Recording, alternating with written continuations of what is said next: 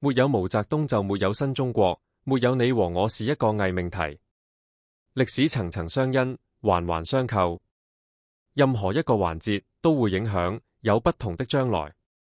若然上述偽命題是對的，那麼沒有秦始皇便沒有毛澤東了。那許多的更朝換代呢？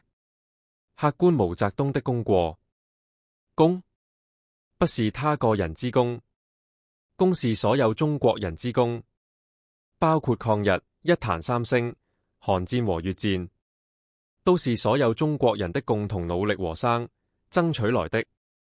共產黨的領導人又不單止他一個人，其他的領導人都沒有功勞嗎？過是他個人之過。文革10年浩劫，大躍進不是針對人，是政策錯誤。一個短時期的過，或者是無心之失，可以原諒；一個10年的錯，浩劫是不能原諒的。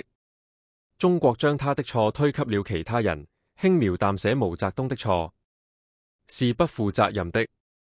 https://www.gov.cn/test/2005-06/24/content_9300.htm 文化大革命的10年中央政府門戶網站 www.gov.cn 2005年6月24日中華人民共和國年堅。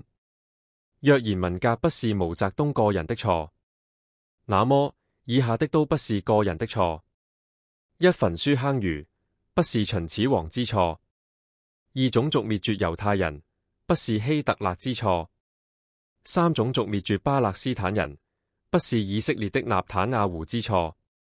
我們都知道南京大屠殺的慘況，有多少中國人知道文革的慘況？中國輕輕帶過文革的歷史，也是不負責任的。文革10年，很多無辜的人的人權和自辯的權利被剝奪，受盡屈辱和折磨，只想要一個痛快。10年浩劫，司法崩潰，道德淪亡，文化湮滅，家破人亡，痛不欲生。是毛澤東令全世界都視共產黨為洪水猛獸。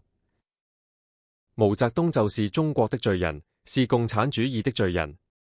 沒有鄧小平和習近平，就沒有新中國。中國人的地位提高，不是因為毛澤東，是因為鄧小平和習近平。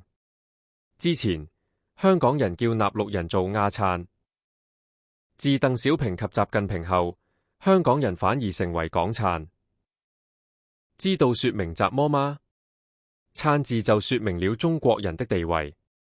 不要張冠李戴，不要荒漠個人崇拜。無論毛澤東有多大功勞，都抵不過文化大革命的罪行。把毛的頭像設下天安門，這樣對文革被折磨、無辜受害的人也算有所交代。